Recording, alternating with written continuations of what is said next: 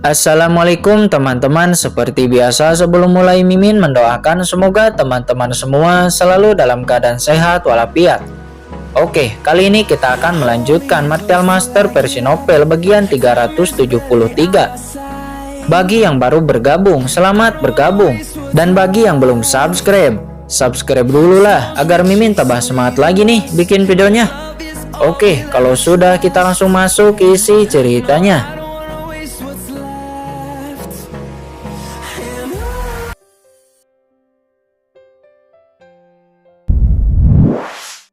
Dan juga jimat darahnya. Dan teknik pembalik jimat darahnya dipatahkan.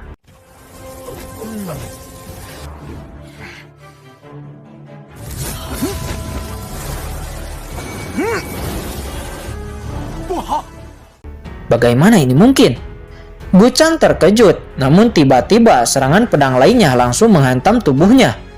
Kehilangan efek dari teknik pembalik jimat darah, Gucang langsung kembali ke keadaan semula, malah semakin melemah.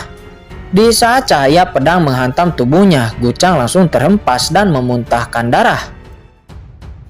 Bagaimana ini mungkin? Teknik pembalik jimat darah ini adalah teknik rahasia kekaisaran Xuanyuan saya. Bagaimana bisa seorang anak kecil dari domain Papillon Pil bawah mematahkan teknik ini? Bahkan seorang ahli Martial Emperor di domain bela diri tidak mungkin bisa mematahkannya. Gucang benar-benar tercengang, dia bahkan tidak mempercayai apa yang dia lihat. Qin Chen mencibir. Ini adalah teknik yang ia ciptakan, dan sekarang teknik ini dipakai untuk menyerangnya sendiri. Bukankah ini konyol? Tentu Qin Chen dapat dengan mudah mematahkan apa yang dia sebut teknik rahasia ini. Kemudian Qin Chen mendesak segel pembalik surga lagi, namun Gucang masih dapat memblokirnya. Walaupun Gucang sendiri terlempar ke belakang. Lalu Qin Chen mengeluarkan kuali kuno. Harta macam apa lagi ini? Seorang anak dari Papillon Pil bawah bisakah memiliki banyak harta di tubuhnya? Kata Gucang. Namun sekarang tugas beratnya adalah memblokir kuali kuno yang menerjang ke arahnya. Dia buru-buru menelan sebuah pil. Serangan kuali kuno jatuh. Namun tiba-tiba dari kuali kuno muncul skeleton cabang dan langsung melilit Gucang dengan cambuknya. Apa? Mengapa ada orang yang keluar dari kuali besar ini? Siapa kamu? Teriak Gucang. Dia terkejut sekaligus marah. Jie. Siapapun saya, kamu tidak perlu tahu. Mungkin setelah ini kamu akan menjadi bagian dariku, kata skeleton cabang. Dia tertawa sambil melilit Gucang. Skeleton cabang, jangan buang-buang waktu dengannya, kata Qin Chen. Baik tuan. Segera riak aura energi hitam menyebar dari tubuh skeleton cabang. Merasakan aura hitam dari skeleton cabang, seluruh tubuh Gucang dingin. Buruk, kata Gucang. Tanpa peduli apapun, Gucang langsung mengaktifkan kehendak ilahi dari ahli Martial Emperor yang ditanam di tubuhnya. Namun kehendak ahli Martial Emperor akan sangat ditekan di alam ras iblis ini. Jie. Kehendak Martial Emperor yang kecil berani sombong di hadapan iblis ini, kata skeleton cabang. Dia sama sekali tidak takut karena tempat ini adalah markasnya. Jika itu di alam Yukuno mungkin dia akan sedikit takut, tapi ini di tanah iblisnya, apalagi basis kultivasinya telah meningkat. Bagaimana skeleton cabang bisa takut dengan kehendak Martial Emperor yang sepele? Segera sebuah kekuatan hitam keluar dari skeleton cabang. Kekuatan hitam ini langsung membungkus kehendak ahli Martial Emperor yang keluar dari Gucang dan langsung menelannya. Jie. Kehendak ahli Martial Emperor ini sedikit membuat iblis ini nyaman, seperti esensi Penatuaing sebelumnya, kata skeleton cabang. Dia menyeringai. Penatuaing? Apakah maksudmu Penatuaing dari Pangjiao kuno? Kata Gucang. Dia terkejut dan tiba-tiba dia sangat ketakutan. Tubuhnya mengeluarkan keringat dingin. Dia jelas mengerti bahwa Penatuaing telah dilahap oleh orang ini sebelumnya. Siapa sebenarnya kedua orang ini? Gucang panik, dia kemudian membakar esensi sejati dan esensi darah secara bersamaan. Lalu melesat, ingin melarikan diri, menggunakan semua kekuatan yang masih ia miliki. Namun tiba-tiba sebuah cahaya muncul mengelilingi mereka dan Gucang tidak bisa keluar ataupun melarikan diri. Ini adalah formasi tersembunyi yang Qin Chen atur sebelumnya. Kemudian Qin Chen datang ke hadapan Gucang. Mata terlarang. Seketika Gucang pusing. Jurus segel penghancur jiwa. Segera Qin Chen membentuk segel tangan untuk merilis segel penghancur jiwa. Setelah segel penghancur jiwa terbentuk, itu langsung menusuk ke dalam pikiran Gucang. Qin Chen bermaksud untuk memperbudak Gucang. Martial Sovereign Gucang akan lebih banyak membantu daripada Luo Mengki. Namun belajar dari Luo Mengki sebelumnya, Qin Chen juga menambahkan penghalang di segel penghancur jiwa yang ditanam pada Gucang untuk menghalangi agar orang-orang berbaju hitam itu tidak dapat melihat segel penghancur jiwa yang Qin Chen tanam. Tuan, saya tidak bisa melihat segel penghancur jiwa yang ditanam di jiwa Gucang, kata skeleton cabang. Dia juga cukup terkejut. Keterampilan menanam segel jiwa Qin Chen cukup menakutkan. Sekarang, jika orang-orang dari ras iblis itu melihatnya, mereka tidak akan bisa mendeteksinya. Dengan ini, Qin Chen sukses memperbudak Gucang tanpa ada yang mengetahuinya. Tuanku, kata Gucang, saat ini dia sudah menjadi pelayan Qin Chen. Lalu dia membungkuk dan memberi hormat kepada Qin Chen. Qin Chen tidak buru-buru bertanya, dia kemudian memulihkan diri terlebih dahulu. Bagaimanapun di pertempuran sebelumnya, Qin Chen banyak terluka. Apalagi Gucang, dia lebih banyak terluka. Lalu mereka bersila dan memulihkan diri. Beberapa saat kemudian, Qin Chen membuka matanya. Nampak dia sudah jauh lebih baik. Gucang juga sudah hampir dari 70% kekuatannya telah dipulihkan. Saat ini, sinar cahaya dari kejauhan melesat ke arah Qin Chen. Itu adalah Yu Qiansu. Di saat Yu Qiansu melihat Gucang, dia langsung menghunuskan pedangnya. Nyonya, tenanglah. Sekarang orang ini telah diperbudak oleh Tuan. Jadi, Nyonya jangan takut, kata skeleton cabang. Qin Chen sebagai Tuan dan Yu Qiansu sebagai Nyonya. Jadi, skeleton cabang memanggil Yu Qiansu dengan sebutan Nyonya. Cepat panggil Nyonya, kata skeleton cabang. Nyonya, kata Gucang. Dia berkata dengan hormat. Yu Qiansu benar-benar terkejut walaupun dia tahu Qin Chen sangat kuat. Tapi dia tidak pernah menyangka bahwa Qin Chen bisa memperbudak seorang ahli martial sovereign Tapahir Gucang.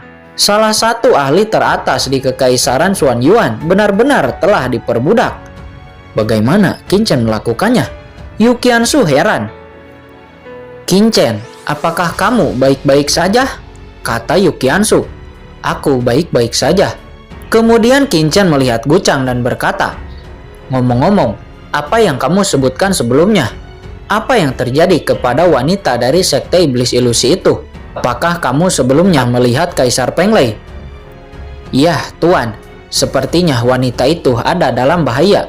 Saya tidak melihat Kaisar Penglei, tapi seharusnya mereka ada di kedalaman, kata Gucang. Wanita dari sekte iblis ilusi, apakah itu Chen Sisi? Kata Yu Qiansu. Ya, benar, itu dia, kata Gucang. Mendengar ini, wajah Yu Qiansu tenggelam. Jejak-jejak kecemburuan terpancar. Skeleton cabang langsung memukul kepala Gucang. Bodoh, mengapa kamu mengatakan hal seperti itu? Nyonya, tenanglah. Apakah kamu tahu, di saat Nyonya tidak ada, Tuan sangat mengkhawatirkan Nyonya. Tuan pergi ke sana kemari hanya untuk mencari Nyonya, kata skeleton cabang. Benarkah? Mendapati Qin Chen sangat peduli kepadanya, wajah Yu Qiansu jadi memerah. Qin Chen, ayo kita selamatkan Chen Sisi. Jika dia jatuh ke tangan Kaisar Penglei, maka dia akan dalam bahaya, kata Yu Qiansu. Nyonya, apakah kamu tidak marah? Kata skeleton cabang. Marah? Kenapa harus marah? Chen Sisi juga wanita, apalagi dia memiliki tubuh pesona alami. Saya tidak rela jika dia dinodai oleh seorang pria, kata Yu Qiansu.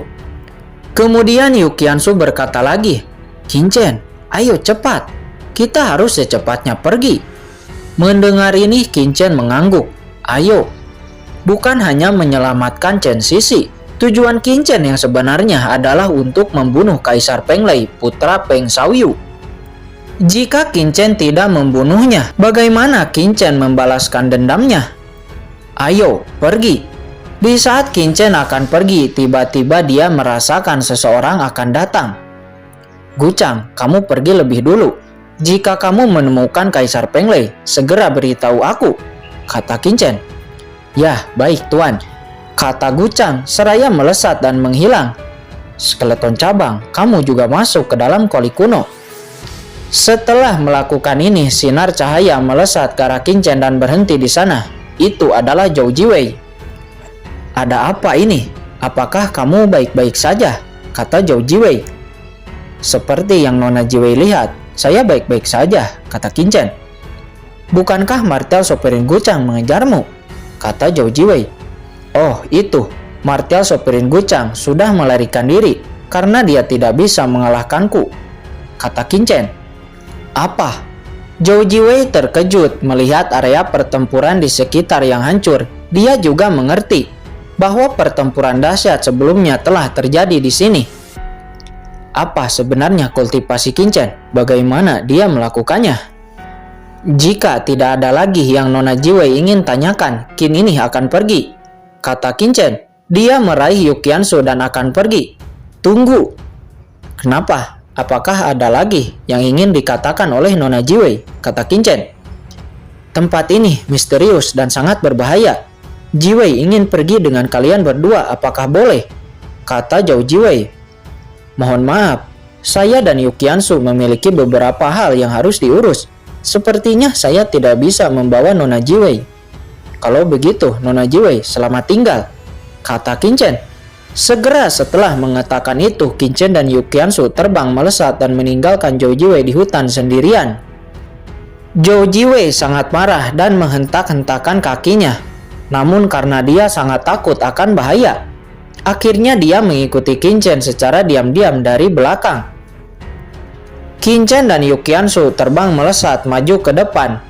Namun karena semut pemakan ki dan serangga api sedang tertidur karena menelan kabut hitam sebelumnya, alhasil Qin hanya bisa menggunakan cakram giok Qiankun untuk mencari Chen Sisi.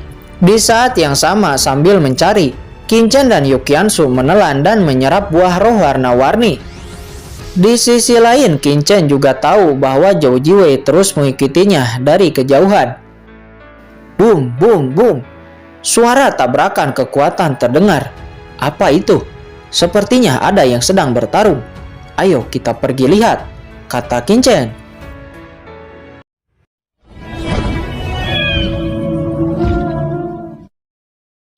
Oke guys, sudah dulu ya. Jangan lupa subrek biar lanjut terus ceritanya. Bagi yang sudah subrek, mudah-mudahan dimudahkan rezekinya. Mimin undur diri. See you next and goodbye.